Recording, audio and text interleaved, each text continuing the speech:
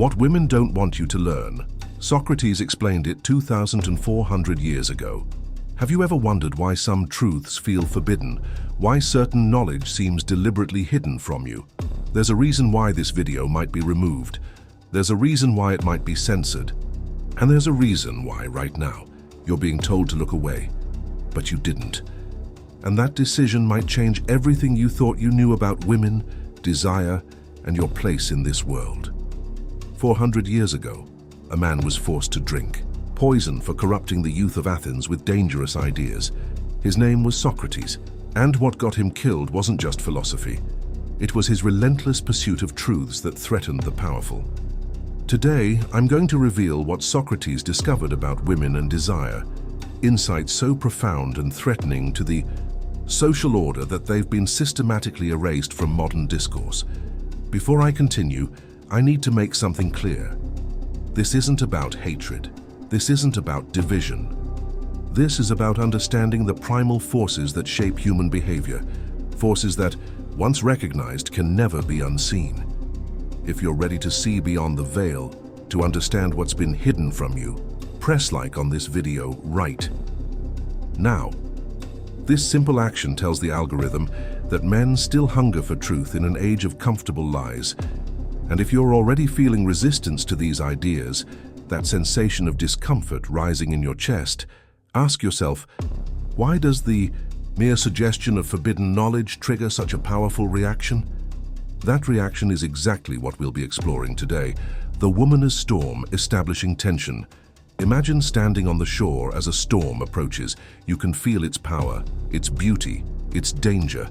This is how Socrates viewed the feminine essence, not as something to be feared or resented, but as a primal force of nature that must be understood on its own terms.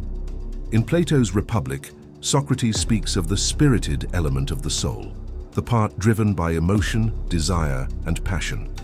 While he recognized this element in all humans, he observed its particular expression in the feminine as something both magnificent and potentially destructive. But here's what modern interpretations won't tell you. Socrates didn't see this as a flaw. He saw it as a fundamental truth about human nature, a truth that, when misunderstood, leads men to ruin. The question isn't whether this storm exists.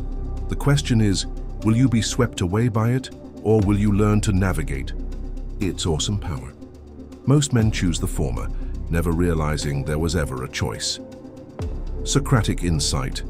The bait of beauty. Have you ever found yourself completely transfixed by a woman's beauty, so captivated that your normal faculties of reason and judgment seemed to disappear? Socrates would not be surprised. In Symposium, Plato records Socrates' profound insights on Eros, the god of love and desire. But what's often mistranslated or deliberately obscured is Socrates' warning about beauty as a form of bait, a lure that captures the male mind and redirects its energy. Beauty is the bait, which with delight allures man to enlarge his kind, he observed. But the key insight isn't the bait itself. It's what happens to the man who takes it without awareness. The modern man has been conditioned to believe that his attraction to beauty is simply a personal preference or biological imperative. What he hasn't been told is that this attraction, when unconscious, places him in a position of fundamental weakness. At this point, you might be wondering, is he saying beauty isn't real? Or that attraction is wrong? No, I'm saying something far more nuanced and far more dangerous to the current social order. I'm saying that your attraction to feminine beauty is being weaponized against you. And until you understand how and why, you will remain trapped in patterns of behavior that drain your power, your purpose, and your potential. This is why these ideas are suppressed. This is why they're labeled as dangerous or misogynistic. Because a man who understands the mechanism of his own desire becomes impossible to manipulate through it. And that brings us to Socrates' most controversial insight of all: pleasure, madness, and the male soul. In Phaedrus, Socrates describes love as a form of divine madness, a state where reason is temporarily suspended in favor of ecstatic experience. Modern readers interpret this romantically, but Socrates was issuing a warning, not writing poetry. He understood that when a man's rational faculty is overwhelmed by desire, he enters a state where he can be led, controlled, and ultimately diminished. The divine madness feels transcendent precisely because it bypasses his critical thinking. Consider how many decisions you've made under the influence of desire, decisions that, in retrospect, served someone else's interests rather than your own. This isn't coincidence. It's mechanism. Socrates identified 4 components of the soul: reason, spirit, appetite, and desire. When desire dominates, the other 3 components fall into alignment behind it, creating the illusion of choice while actually following a predetermined path. The uncomfortable truth is that much of what you've been taught about relationships, attraction, and gender dynamics has been deliberately designed to keep desire in the driver's seat of your decision-making. Why? Because a man governed by desire is predictable, controllable, useful. A man governed by reason is dangerous, not to women, but to systems that profit from his unconscious behavior. If these insights are resonating with you, if you're beginning to see patterns in your own life that reflect these ancient truths, then I need you to do 2 things right now. 1. Hit the like button to help this knowledge reach other men who need it. 2. Share in the comments. 1 relationship dynamic where you now recognize this principle at work. Your comment might be the exact insight another man needs to break free from his own patterns of unconsciousness. Now, let's go deeper into what Socrates understood about the mirror of desire and why most men never see their own reflection clearly. The mirror of desire. Why men fall. Have you ever wondered why intelligent, capable men repeatedly make the same relationship mistakes? Why they pursue women who don't value them? Why they sacrifice their goals, values, and self-respect for approval? Socrates provided an answer so profound that it still disturbs our modern sensibilities. In Alcibiades, Socrates introduces the concept of the soul gazing upon itself through reflection. He suggests that when we look into the eyes of another, what captivates us most is seeing our own ideal self reflected back. This is the hidden mechanism behind male infatuation. Men don't fall for women, they fall for the version of themselves. They glimpse in a woman's perception. When a woman looks at a man with admiration, desire, or respect, she momentarily reflects back to him his highest self-conception. This reflection is so intoxicating that men will sacrifice almost anything to maintain it. But here's the crucial insight Socrates offers. This reflection is not reality. It's a projection, one that can be manipulated, withdrawn, or used as leverage. The man who doesn't understand this dynamic will perpetually chase the reflection, never realizing that what he's truly seeking exists within himself. This is why so many relationships follow a predictable pattern. 1. Initial admiration and reflection of the man's ideal self. Growing dependency on this external validation. Gradual withdrawal of E. The reflection as leverage for man's increasing sacrifice to regain the reflection. Eventual disillusionment or abandonment. This cycle isn't a modern phenomenon. It's not the result of dating apps or changing gender roles. It's a pattern as old as human consciousness itself, one that Socrates identified with remarkable clarity, and it's a pattern that benefits from your ignorance of its existence.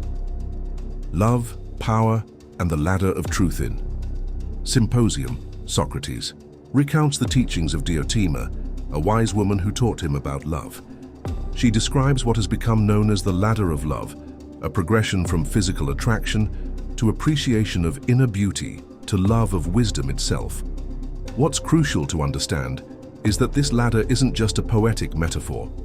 It's a practical framework for male development and power. At the lowest rung, a man loves a particular body. He is completely subject to his physical desires and therefore easily manipulated through them. At the middle rungs, he loves character, ideas, and pursuits. His desires become more refined but can still be leveraged against him.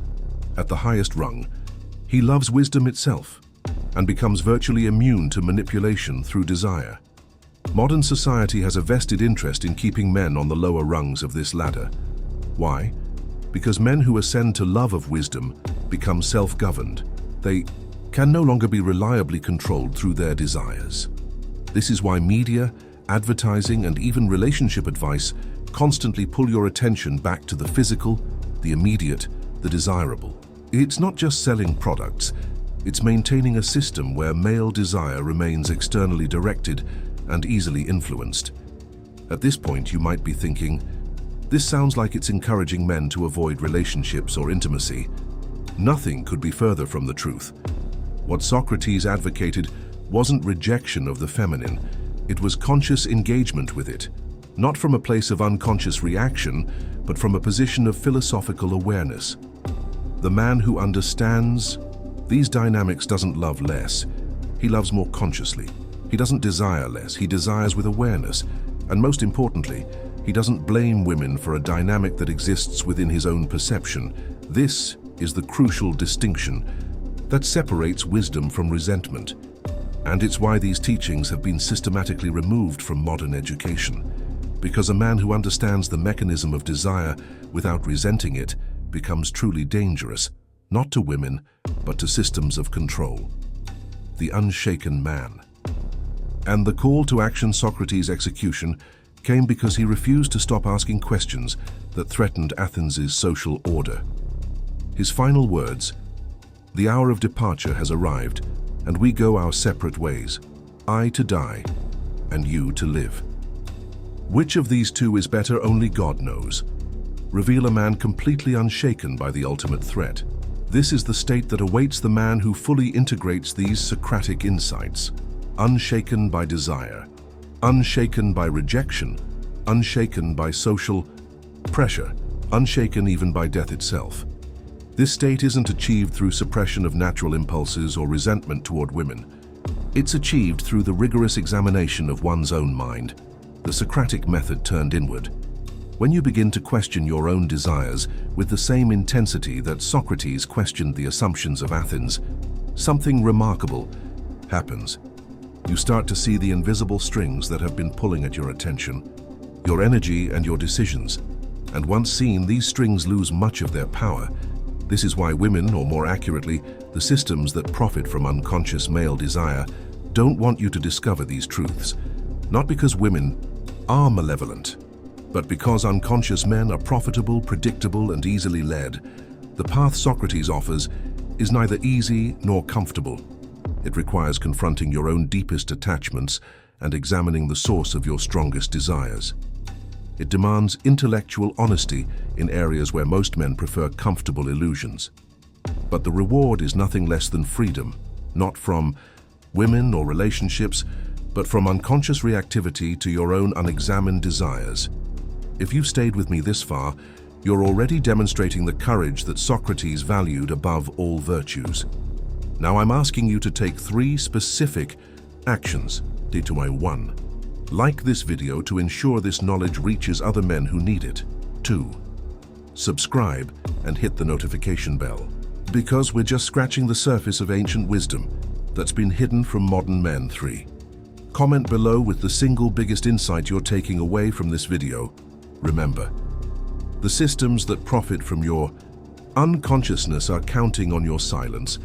They're counting on you consuming this information passively and never sharing it. Prove them wrong. Conclusion: Socrates didn't die for abstract philosophical principles. He died because his ideas threatened to awaken the men of Athens to their own manipulation. 400 years later, his insights remain just as threatening to those who benefit from male unconsciousness. The choice before you now is the same choice. That faced the young men of Athens. Will you drink the hemlock of comfortable illusions, or will you embrace the temporary discomfort of seeing the world as it truly is? Socrates made his choice. Now, it's time to make yours. This isn't just about understanding women. It's about understanding the forces that shape human behavior. Forces that, once recognized, can never again control you in the same way. The path of the philosopher isn't easy. But as Socrates himself said, the unexamined life is not worth living. Start examining, start questioning, start living. The wisdom that threatened an empire awaits.